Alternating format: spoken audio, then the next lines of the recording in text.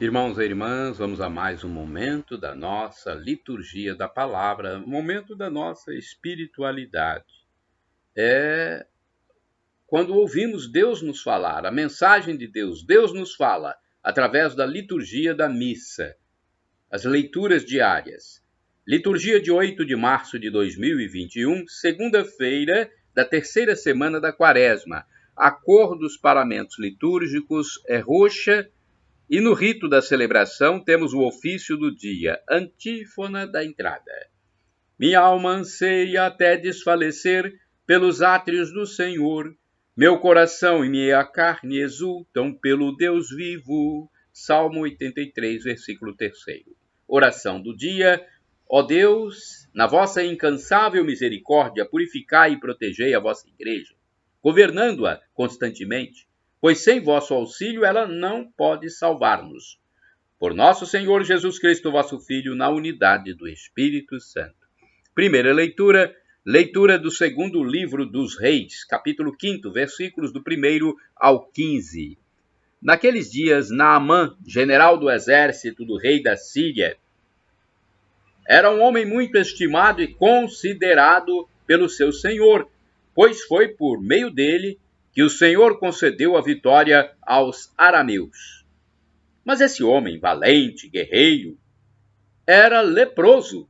Ora, um bando de arameus que tinha saído da Síria tinha levado cativa uma moça do país de Israel. Ela ficou a serviço da mulher de Naamã. Disse ela à sua senhora: se meu senhor se apresentasse ao profeta que reside em Samaria, sem dúvida, ele o livraria da lepra de que padece. Naamã foi então informar o seu senhor. Uma moça do país de Israel disse isto e isto. Disse-lhe o rei Aram: vai, que eu enviarei uma carta ao rei de Israel. Naamã partiu, levando consigo 10 talentos de prata, 6.000 siclos de ouro e 10 mudas de roupa, e entregou ao rei de Israel a carta que dizia: quando receberes esta carta, saberás que eu te enviei Naamã, meu servo, para que o cures de sua lepra. O rei de Israel, tendo lido a carta, rasgou suas vestes e disse: sou Deus, porventura, que possa dar a morte e a vida, para que este me mande um homem para curá-lo de lepra? Vê-se bem que ele busca pretexto contra mim. Quando Eliseu, o homem de Deus, soube que o rei de Israel havia rasgado as vestes, mandou dizer-lhe: por que rasgaste tuas vestes? Que ele venha a mim, para que saibas que há um profeta em Israel. Então, Naamã chegou com seus cavalos e carros e parou à porta da casa de Eliseu. Eliseu mandou um mensageiro para lhe dizer: vai, lava-te 7 vezes no Jordão, e tua carne será curada e ficarás limpo. Naamã, irritado, foi-se embora dizendo: eu pensava que ele sairia para me receber e que de pé invocaria o nome do Senhor, seu Deus, e que tocaria com sua mão o lugar da lepra e me curaria. Será que os rios de Damasco, o Abana e o Farfar não são melhores do que todas as águas de Israel, para eu me banhar nelas e ficar limpo? Deu meia volta e partiu indignado. Mas seus servos aproximaram-se dele e disseram-lhe: Senhor, se o profeta te mandasse fazer uma coisa difícil, não a terias feito? Quanto mais agora que ele te disse: lava-te e ficarás limpo.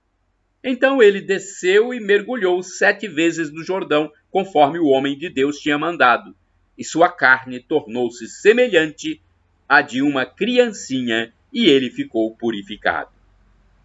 Em seguida, voltou com toda a sua comitiva para junto do homem de Deus. Ao chegar, apresentou-se diante dele e disse: agora estou convencido de que não há outro Deus em toda a terra senão o que há em Israel. Palavra do Senhor, graças a Deus. Salmo responsorial, ou Salmo 42, versículos 2º, 3º, 42, 43, 3º, 4º, refrão, Salmo 42, versículo 3º. Minha alma tem sede de Deus, do Deus vivo, e quando verei a face de Deus? Minha alma tem sede de Deus, do Deus vivo, e quando verei a face de Deus? Assim como a corça suspira pelas águas correntes, suspira igualmente minha alma por vós, ó meu Deus. Minha alma tem sede de Deus, do Deus vivo, e quando verei a face de Deus? A minha alma tem sede de Deus, e desejo o Deus vivo, quando terei a alegria de ver a face de Deus? Minha alma tem sede de Deus, do Deus vivo, e quando verei a face de Deus? Enviai vossa luz, vossa verdade, elas serão meu guia, que me levem ao vosso monte santo até vossa morada. Minha alma tem sede de Deus, do Deus vivo, e quando verei a face de Deus? Então irei aos altares do Senhor, Deus da minha alegria, vosso louvor cantarei ao som da harpa. Minha alma tem sede de Deus, do Deus vivo, e quando verei a face de Deus? Repitamos: minha alma tem sede de Deus, do Deus vivo, e quando verei a face de Deus? Evangelho de Jesus Cristo segundo São Lucas, capítulo 4, versículos do 24 ao 30.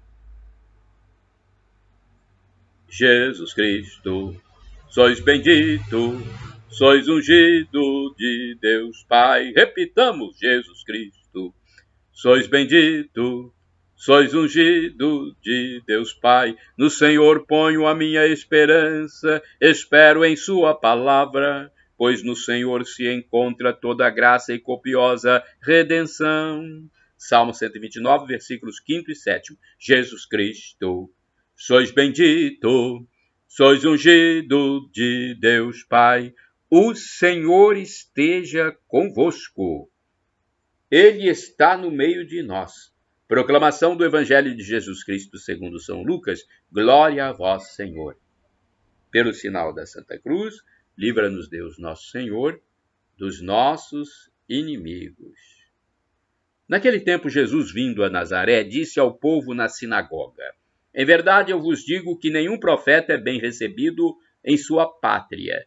De fato, eu vos digo, no tempo do profeta Elias, quando não choveu durante 3 dias e 6 meses, e houve grande fome em toda a região, havia muitas viúvas em Israel. No entanto, a nenhuma delas foi enviado Elias, senão a uma viúva de Sarepta, na Sidônia. E no tempo do profeta Eliseu havia muitos leprosos em Israel, contudo nenhum deles foi curado, mas sim Naamã, o sírio. Quando ouviram estas palavras de Jesus, todos na sinagoga ficaram furiosos, levantaram-se e o expulsaram da cidade. Levaram-no até o alto do monte sobre o qual a cidade estava construída, com a intenção de lançá-lo no precipício. Jesus, porém, passando pelo meio deles, continuou o seu caminho. Palavra da salvação, glória a vós, Senhor. Vamos agora à liturgia comentada de Antônio Carlos Santini, liderança leiga da comunidade católica Nova Aliança, e-mail santini@novaalianca.com.br. Profeta em sua pátria, Lucas capítulo 4, versículos de 24 a 30. Todo orador deve aprender a técnica de atrair a benevolência de seus ouvintes. Trata-se de despertar a empatia no auditório para ver bem acolhidas as suas palavras. Não é assim o profeta. Eis o comentário do admirável teólogo Hans Urs von Balthasar. No Evangelho, Jesus adota a atitude do profeta.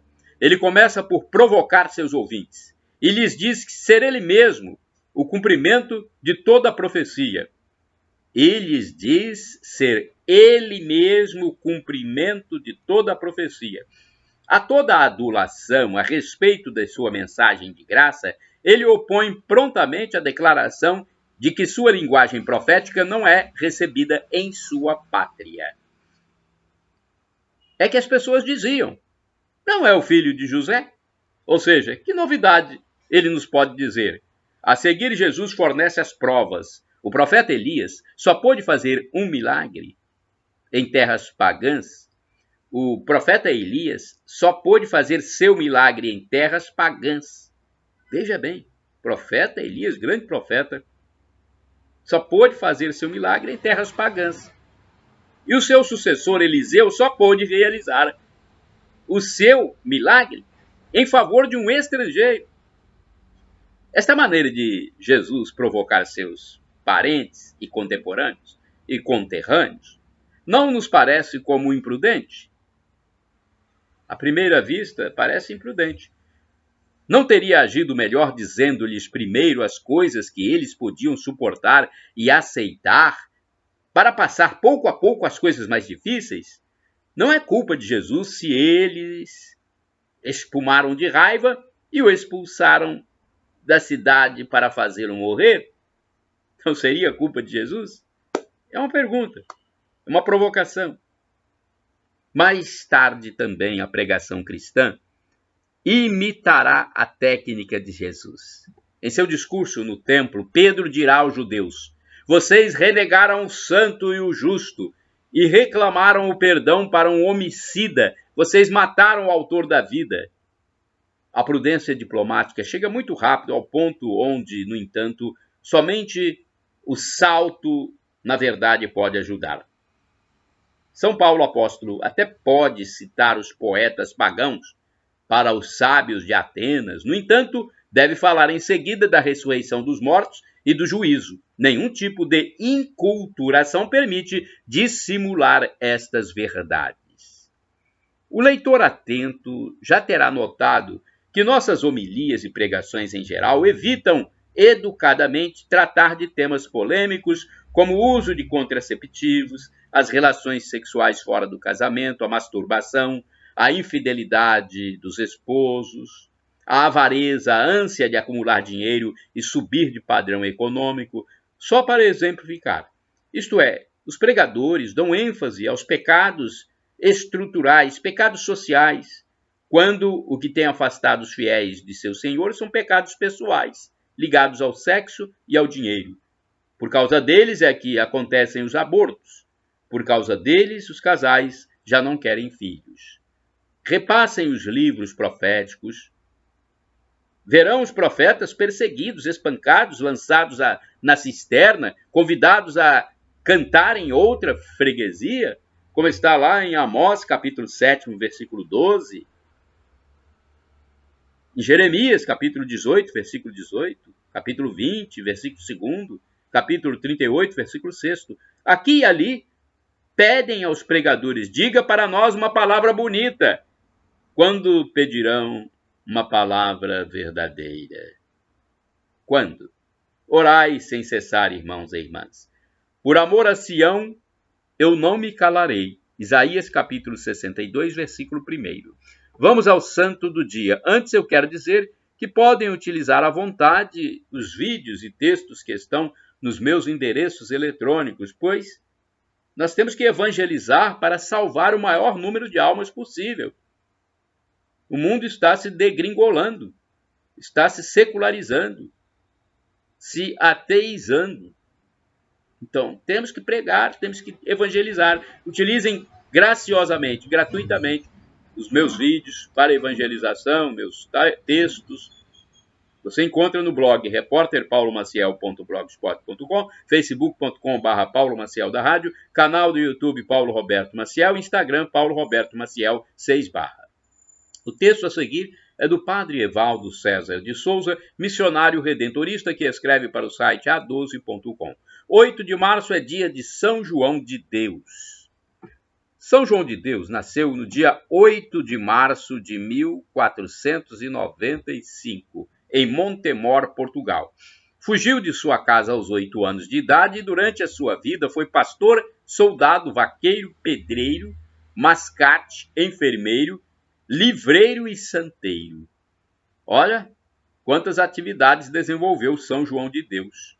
Conta-se que sua mãe morreu de tristeza e de saudade do filho desaparecido e que seu pai se fez monge. Viajou por toda a Europa e, quando retornou em 1538, montou uma livraria em Granada, Espanha. Neste mesmo ano, São João d'Ávila estava em Granada pregando o Evangelho e São João de Deus teve a oportunidade de ouvi-lo pregar. Impressionado com o sermão sobre o mártir São Sebastião, começou a gritar, pedindo perdão e misericórdia a Deus pelos seus pecados e decidiu vender tudo o que possuía. Ficou conhecido como louco, pois andava maltrapilho e vagava pelas ruas, batendo no peito e confessando seus pecados. Levaram-no à presença de São João d'Ávila, que o encaminhou a um hospício da Redondeza, aconselhando-o a dedicar-se às coisas de Deus. Sua melhora foi logo notada. Conseguiu sair do hospício em 1539, passou a ajudar os outros doentes do hospício, dedicando totalmente sua vida aos desvalidos como enfermeiro. Fundou vários hospitais, onde os doentes eram tratados como seres humanos e como filhos de Deus. Juntaram-se a ele colaboradores que deram origem aos Irmãos dos Enfermos. Em 1549, contraiu uma grave doença que escondeu dos médicos com medo de não deixarem mais trabalhar. Foi descoberto quando já não conseguia mais esconder os sinais da enfermidade. Mas mesmo assim, só conseguia pensar em ajudar os outros. Morreu em 1550, no dia 8 de março, de joelhos a rezar. Leão XII declarou patrono dos hospitais. Reflexão. A vida de São João de Deus foi marcada por muitas aventuras. Não obstante suas idas e vindas, João nunca se esqueceu da caridade pelos mais abandonados. Ele soube reconhecer o Cristo no rosto dos mais pobres, principalmente no rosto dos enfermos. Recuperar a saúde e a dignidade do doente significava louvar ao Cristo, que também foi um sofredor. Hoje queremos pedir ao bom Deus, pela intercessão de São João de Deus, que nos abra o coração para acolher, consolar e visitar os doentes. A fragilidade humana não é esquecida por Deus. E o instrumento que Deus usa para amenizar o sofrimento dos enfermos é a nossa voz e o nosso braço. Oração, rezemos. Ó Deus de bondade, dai-nos sempre a mesma serenidade que destes a São João de Deus, para que possamos zelar com dedicação e paciência pelos doentes e sofredores que necessitam de nosso auxílio. Por Cristo nosso Senhor. Amém. Shalom Adonai é uma expressão hebraica que significa a paz de Deus. El Shaddai significa Deus onipotente, Deus todo-poderoso, Deus do impossível. Ele proverá. Peça e receberá, se for para o seu bem. E do dialeto de Jesus, o aramaico, nós temos essa frase. Maranata, como dizem os protestantes ou evangélicos, com a tônica na penúltima sílaba. Ou Maranatá, como dizem os católicos, com a tônica na última sílaba. Não importa, o significado é o mesmo. E somos todos irmãos, católicos, protestantes. Somos cristãos e somos irmãos em Cristo. Então, o significado é o mesmo. Vinde, Senhor Jesus. Um dia ele vai voltar e vai nos julgar. Estejamos preparados para esse julgamento. Não sabemos quando será. Por isso, devemos estar atentos, vigilantes, nos arrependendo diariamente de nossos pecados. Shalom Adonai.